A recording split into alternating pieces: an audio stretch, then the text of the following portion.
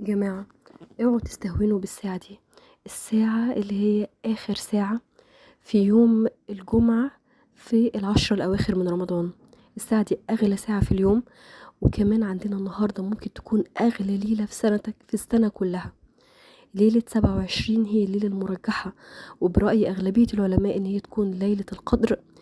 اليوم ده كله يا جماعة يوم بركة، اوعوا تضيعوه. اغتنموا الفرص الكتير قوي اللي جايه النهارده. صلوا على النبي كتير، ادعوا لنفسكم كتير، ادعوا لاولادكم كتير، ادعوا ان ربنا يحقق كل امنياتكم.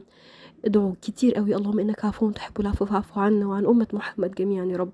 ادعوا للناس كلها: اللهم فك كرب المكروبين وفرج هم المهمومين واشفي مرضانا ومرضى المسلمين. يا جماعه ادعوا لغيركم، ده باب كبير جدا من باب استجابه الدعاء.